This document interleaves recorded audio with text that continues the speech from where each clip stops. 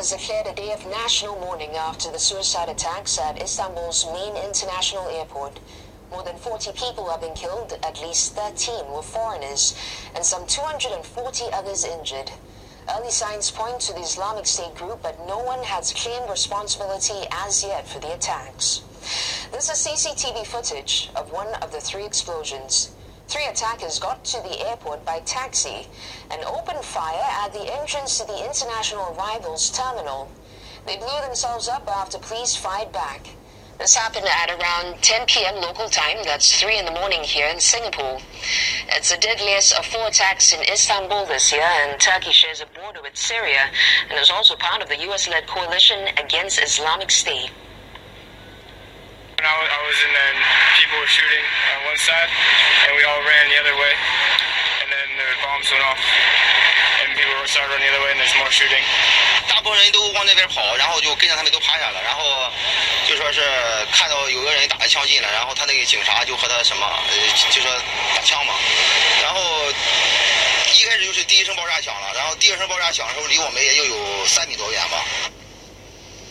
Atatürk Airport is the third busiest in Europe and a major transport hub. It's long been seen as a vulnerable target, and there are now questions as to whether security measures were enough. All flights at Atatürk Airport were suspended after the attacks, but operations have since resumed with many delays. This morning, a Singapore Airlines plane bound for Istanbul was turned back midway through its flight. More than 10 hours after it first departed Singapore, Singapore Airlines Flight 392 got ready to make its journey to Istanbul for the second time. SQ392 had left Changi Airport around 2 a.m. for the approximately 11-hour flight to Istanbul. But about 5 hours into its journey, the decision was made to turn back, following news that the Istanbul airport was closed after deadly bombings had occurred. The plane touched down in Singapore around 10:30 a.m. I just got announced on the airplane, like everyone was just sleeping. It was about 3 or 4 in the morning. It was actually very calm. I think people were still very tired. I guess everyone was a bit shocked. There was uncertainty of where we're going to go.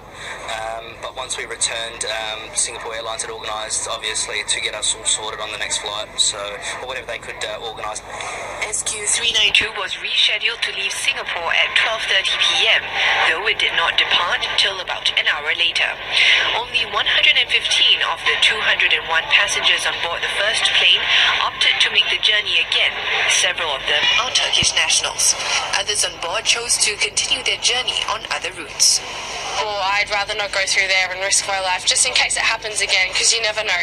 That was pretty surprising in the first place. It's as organised as it can be. Obviously, it's chaotic. You've got a whole plane of people that want to be rerouted and continue their holiday journey. They've organised accommodation and a whole range of things for us, transfers, etc. So they've been great with that.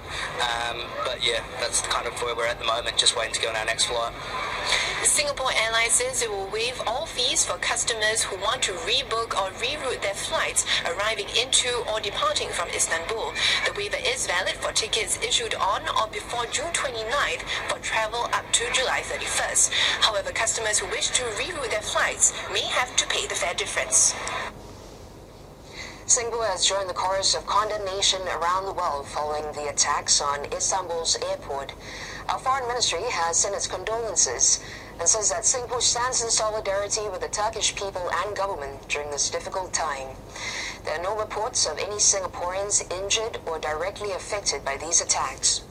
And Singaporeans in Turkey are being advised to be vigilant. Another news today, European leaders have met for a